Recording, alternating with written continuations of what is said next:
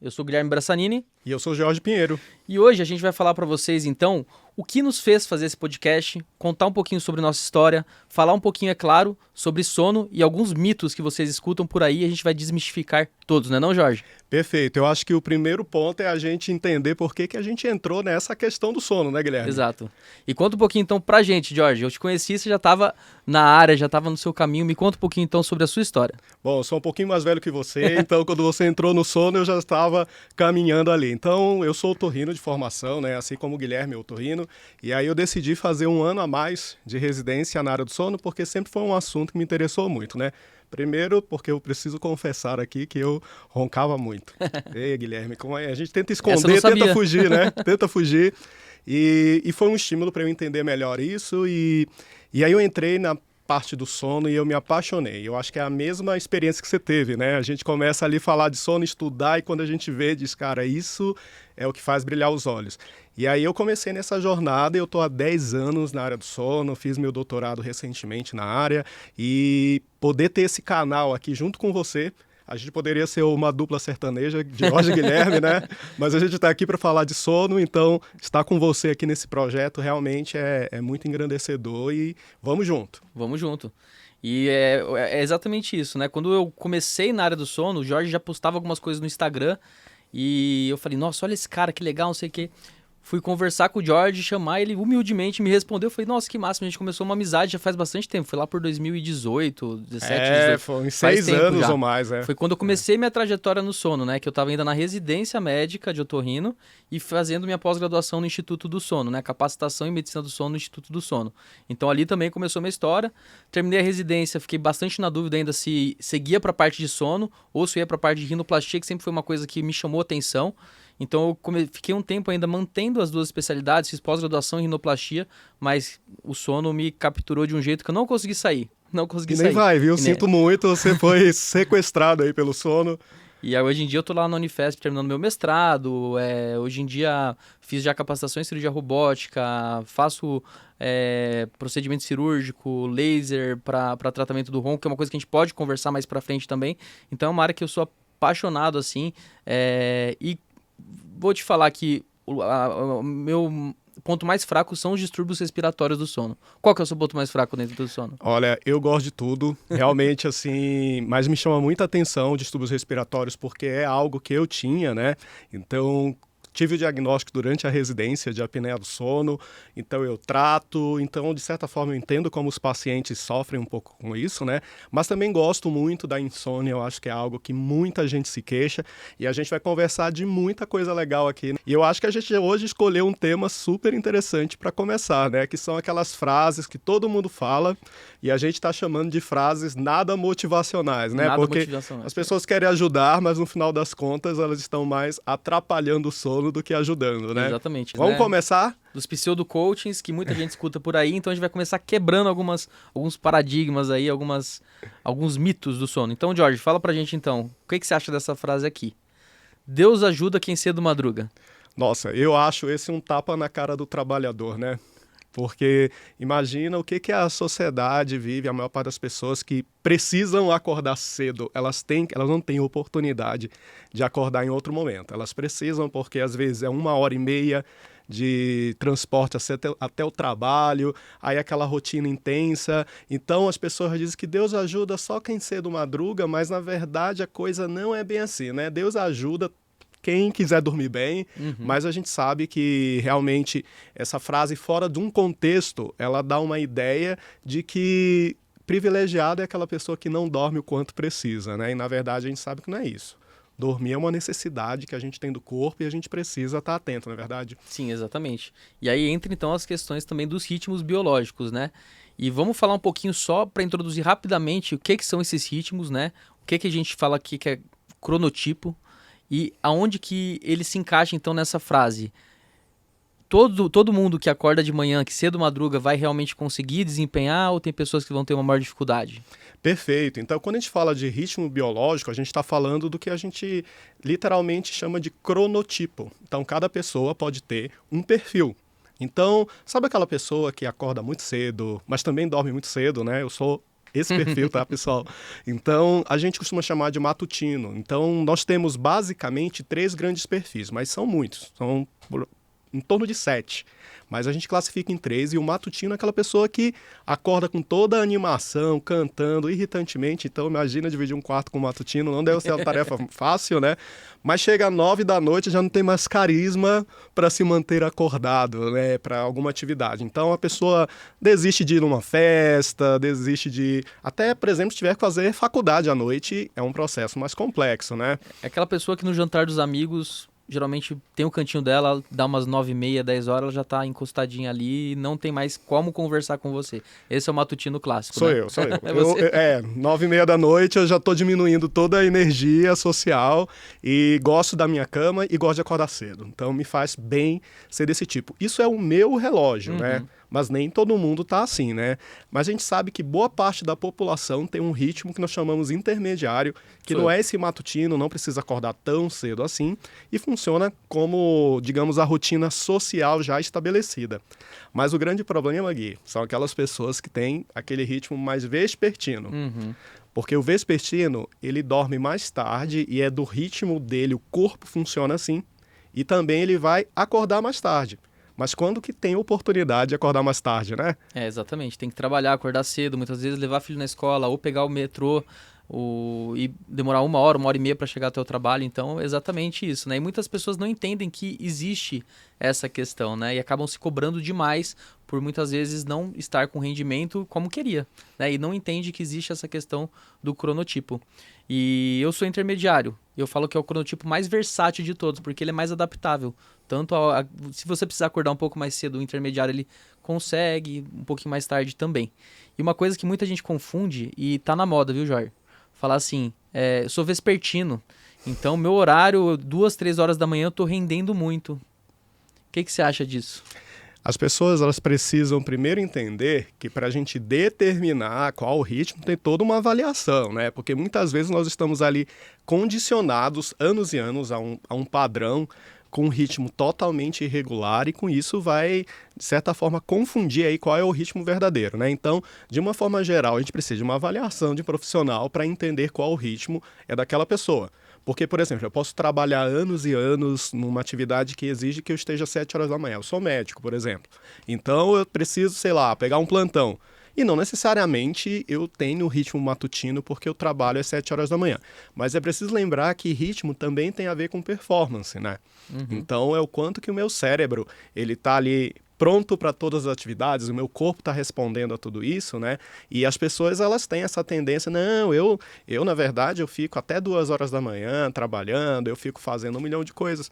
Mas, na verdade, se você está estimulando o seu corpo, você está inibindo esse sono. Exato. E aí isso confunde bastante, né? Não dá para bastante. dizer que o ritmo é esse, né? Exatamente, essa que é a questão. Então, muitas vezes a pessoa até confunde um outro diagnóstico que a gente fala, que é o atraso de fase, tá indo dormir além do seu ritmo biológico, porque fala que, eu sou vespertino mesmo, eu vou dormir 2, 3 horas da manhã, mas na verdade a gente considera que o vespertino ele vai dormir ali pelas 11h30, meia-noite, né? De uma forma natural. É igual a gente estava conversando aqui, existem vários ritmos biológicos, mas a gente está tentando deixar mais fácil de vocês entenderem e classificando nos 3 principais, assim, né? Mas é muito legal essa parte aqui. A gente vai conversando nos episódios mais sobre ritmos biológicos e cronotipos, porque é muito, muito, muito legal mesmo. E aqui, ó, deixar pra dormir só depois de morrer. Todo mundo fala isso, né? Aí dá a ideia de que dormir é o quê? Perda de tempo? É perda de tempo. Perda de tempo, né? Então eu tenho 24 horas no meu dia, para que eu vou dormir, né? Deixa para dormir aí quando você ficar mais velho, quando você morrer. E quais são as consequências precoces, podemos dizer assim, dessa privação de sono? O que acontece para a pessoa já notar e falar assim, poxa, eu não tô dormindo legal? A gente tem tanto, como você falou, as precoces, mas a gente tem também as longo prazo, mas as precoces elas são fáceis de identificar, né? Então basta lembrar de uma noite que você não dormiu por algum motivo. Então, sensação de cansaço, fadiga, sonolência excessiva, dificuldade de concentração, dificuldade de memória, tudo isso a gente já percebe precocemente. Irritabilidade. Irritabilidade, nossa, isso daí eu sou o tipo de pessoa que eu fico nervoso quando eu não durmo. É fácil de identificar que eu não tive uma noite de sono boa porque eu fico nervoso. Eu fico nervoso e comilão. É um outro sintoma também, porque você acaba descontando na comida, né?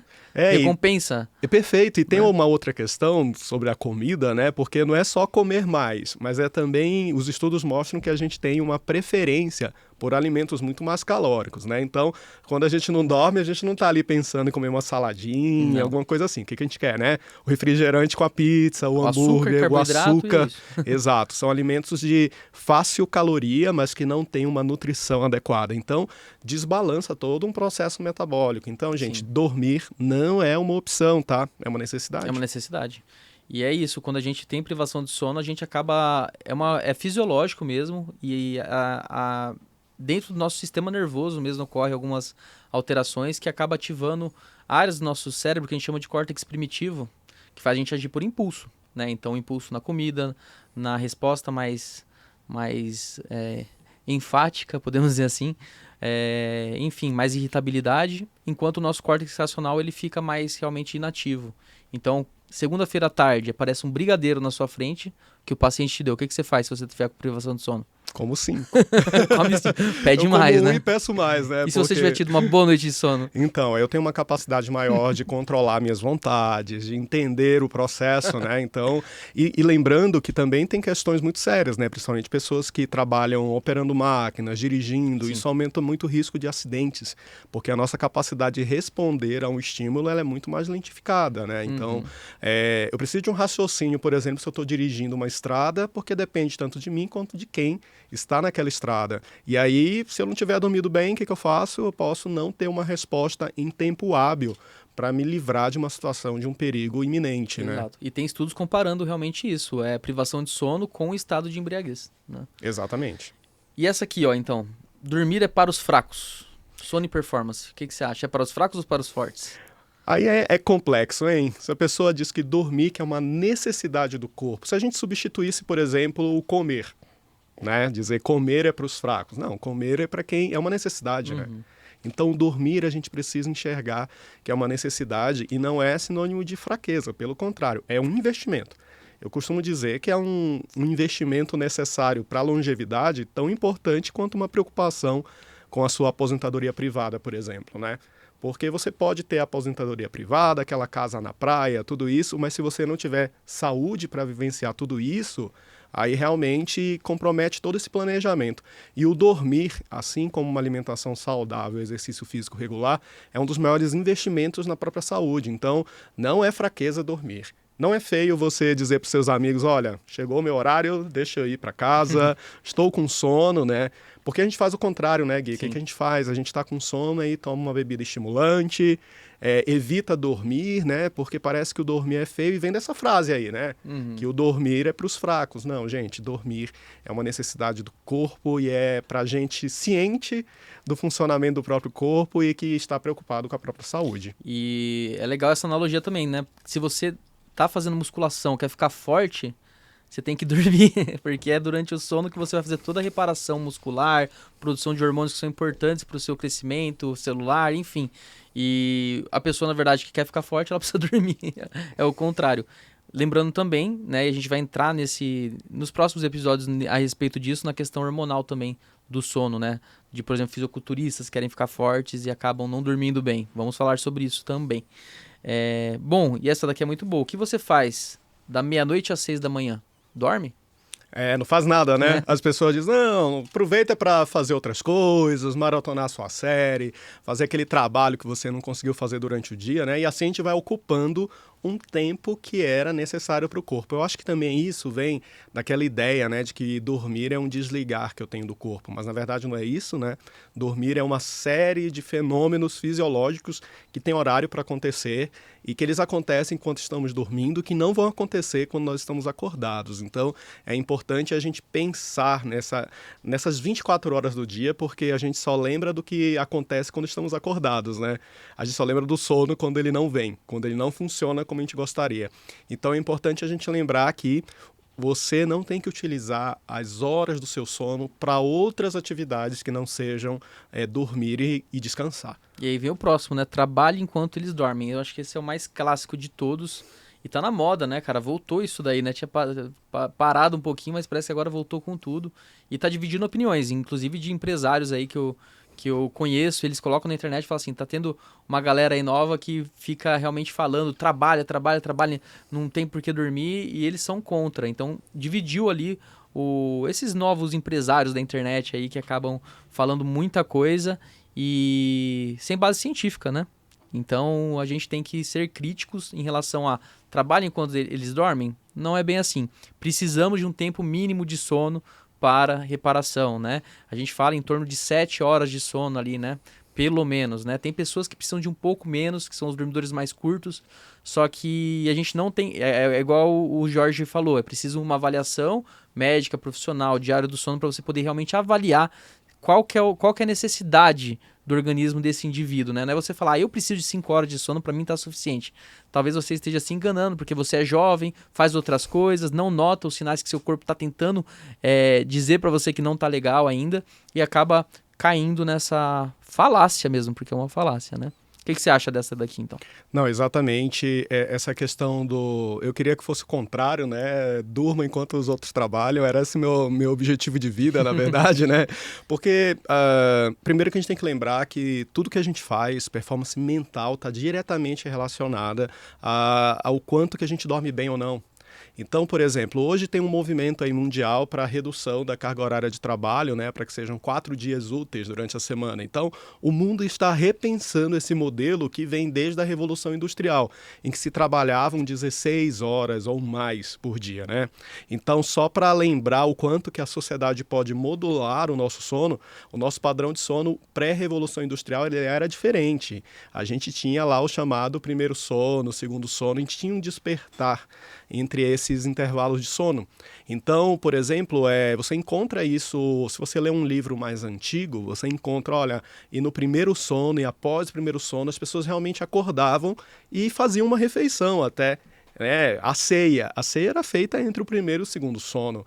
Então, com a Revolução Industrial, o que aconteceu? Passavam tantas horas trabalhando que eles condensaram esse sono. Então a sociedade ela vai modulando tudo isso, né? E quando veio a energia elétrica, nós perdemos aí mais de 1h30 em média de sono. Então, o importante é a gente repensar esses hábitos até para a gente ver que não é necessariamente uma evolução que nós estamos passando, né? Mas uma evolução. Nós estamos perdendo saúde e hoje a gente vê que a sociedade está caminhando aí para uma sociedade muito mais idosa, vivendo aí 80, 85 anos, né? Coisa que era impensável. E o sono, ele vem como peça fundamental nessa longevidade saudável. Então, a gente viver mais, mas também viver melhor, né? Não adianta só número de vida, mas também viver melhor. E hoje a gente sabe também que pessoas que dormem menos de 6 horas por noite, longos períodos, a expectativa de vida é menor, é em torno de 60, 65 anos. Então e aumenta, é algo... inclusive, Exato. a incidência de doenças cardiovasculares, né? E também doenças neurodegenerativas, né? Então é algo para a gente realmente se preocupar. Então, gente, nada disso, vamos dormir no momento que é para dormir, trabalhar no momento que é trabalhar. Um não precisa excluir o outro. Exato, se programem, né, para poder não descontar no sono a necessidade que você acumula durante o dia, né? E é lógico, né? Você tendo uma boa noite de sono, você vai ser mais produtivo no dia seguinte, né? Então, é uma coisa que o pessoal às vezes não pensa, né? Então, vou descontar no sono, mas no outro dia não tá cansado, não tá com raciocínio como deveria, né? Não teve aquela recuperação, aquele sono gostoso para você conseguir realmente ter um alto rendimento, seja naquilo que você fizer, seja para você estudar, trabalhar, fazer esporte, seja lá o que for, né? E outra tendência, falando dessa tendência de 4 dias a semana de trabalho, tem uma nova tendência agora que começou lá no Vale do Silício sobre o chronoworking. Você chegou a ver isso? Não, eu vi algumas matérias interessantes de carga de trabalho, mas explica aí pra gente melhor. Não, então, esse chronoworking seria algo relacionado ao indivíduo trabalhar conforme o seu cronotipo. Então, se ele tem um rendimento maior, mental, mais pro fim do período da tarde, então ele vai começar mais tarde o trabalho e vai terminar mais tarde também. Enquanto os matutinos que rendem melhor de manhã, eles vão começar mais cedo e terminar também mais cedo, uma vez que à noite eles não, como a gente falou, eles estão mortos, né? Então o chronoworking seria isso, você respeitar o seu cronotipo dentro do seu trabalho. E é claro, em trabalhos que você consiga ter essa possibilidade, né? Por exemplo, pessoas que trabalham em comércio, etc., não poderiam porque tem horário comercial a ser cumprido, é outra conversa, né? Mas também é interessante, porque quando a gente fala de cronotipo, durante a adolescência, a gente tem genético isso, uma tendência maior à vespertinidade, não é? Ou seja, uma tendência maior a acordar mais tarde e render melhor no final do dia, dormir mais tarde também. Quem nunca levou bronca da mãe porque era 10, 11 horas da manhã e da noite e estava todo ativo ali, né? E a mãe, vai pra cama, menino. Você sem sono ali. O adolescente ele tem uma tendência maior à vespertinidade. E alguns estudos já mostram também comparação de rendimento de escolares, né? Que estudam de manhã com escolares que estudam à tarde. Mostrando que um rendimento aumentado naqueles que estudam à tarde. Mas é de se pensar, imagina uma criança que ela tende a ter mais horas de sono do que um adulto, né? Que ela tende a ser mais vespertina, só que ela precisa acordar 5:30 da manhã, tá de pé, porque vai ter que pegar o transporte e tudo mais. O rendimento dessa criança com certeza vai cair, é meio óbvio, mas já tem estudos mostrando essa relação também. Então o chronowork ele vem mais ou menos com o que já tem também de literatura mostrando aí. Eu acho interessante, acho difícil ter uma adesão tão precoce a isso, mas eu acho que é algo a se pensar. Eu mesmo, que hoje em dia faço consultório particular, quando não é dia cirúrgico eu consigo fazer minha rotina muito favorável ao meu sono, ao meu exercício físico. Então a gente já consegue se adaptar a isso. Mas vai perguntar se eu consegui isso por boa parte da minha vida, com os plantões, residência médica, é óbvio que não. Mas é algo interessante de se considerar. Se nós somos pessoas diferentes, né? Por que a gente tem que trabalhar no mesmo horário, né? Então, não dá, nós somos organismos diferentes. Então, pensando na produtividade, aí até esse aspecto da lucratividade da empresa, respeitar o ritmo biológico faz total diferença. Faz total diferença. Então, é uma atitude que realmente a gente precisa repensar e buscar aí um equilíbrio que seja bom para funcionário e para empregador, né? Eu lembrei de uma outra falácia muito boa, George, que é sobre o ônibus da meia-noite. Você já ouviu esse? Já ouvi. Esse vídeo viralizou aí, né? Nossa, cara. O rapaz falava assim, se você não dormir até meia-noite, você não vai pegar o ônibus do sono reparador. Você já perdeu ele. O que você acha disso? É assim que funciona o nosso sono mesmo ou... Eu gostaria que a vida da gente fosse tão simples assim, né? Que uma regra se adaptasse para todo mundo, mas não é, e eu vou já dizer os vários motivos. Primeiro, que a gente não dorme igual a noite toda, nós temos ciclos com fases de sono que vão se intercalando no decorrer da noite. Então, por exemplo, essa história de que se eu não dormir determinada hora, primeiro, né? Retomando esse assunto aí do cronotipo, a gente já sabe que nem todo mundo é para dormir no mesmo horário, já parte desse princípio. E o segundo é que as fases do sono elas vão se intercalando durante a noite. Então, por exemplo, a gente divide o sono em 2 grandes momentos, que é o sono não REM, que ele é mais predominante na primeira metade da noite. Predominante, não exclusivo, né? Então, o sono não REM, ele tem 3 estágios, um estágio que é mais de transição, que nós chamamos de N1, um estágio que dura boa parte do tempo desse sono não REM, que é o N2, e o estágio N3, que é o conhecido sono profundo, né? Também chamado de sono de ondas lentas. E a gente tem o sono REM, que ele tem uma característica bem diferente aí dos outros, né? Que a gente tem uma atividade cerebral muito intensa, e então ele acontece mais predominante, quer dizer, a porcentagem maior dele é na segunda metade da noite. Então, às vezes, até a maior parte dele pode acontecer próximo ao nosso horário do despertar. Então, só por isso já se explica que não dá para a gente afirmar que, olha, se eu não pegar o horário desse ônibus aí das 10 da noite, eu vou perder, né? Não, gente. Existem muitas particularidades e essa é a função do profissional do sono. A gente não pegar essas ideias que são generalistas, né, mas a gente entender o ritmo individual e adaptar a vida do indivíduo para isso, né? Entender, na verdade, as particularidades dele e a gente pensar que não tem uma regra geral, né? Seria mais fácil. Eu gostaria, simplificaria meu trabalho, mas não tem isso, né? Mas não tem. E é isso que a gente vai fazer aqui com vocês, né? Estimular que vocês tenham autoconhecimento, porque cada indivíduo é um indivíduo, então a gente vai fazer o máximo possível para vocês não caírem nessas falácias mais e cada vez mais serem críticos a respeito disso, né? Então escutem os próximos podcasts que vem muita coisa legal por aí, né, não, Jorge? Olha, eu tô ansioso. Eu tenho muita coisa aqui que tá passando pela minha cabeça, pela sua cabeça, né, Gui? E que os próximos episódios vão vir sensacionais. Então, você acompanha a gente, que tem muita coisa sobre sono, qualidade de vida e saúde de uma forma geral. É isso aí, gente. Então, muito obrigado aí. Muito obrigado, Jorge. E nos vemos, então, no próximo episódio. Até mais, gente.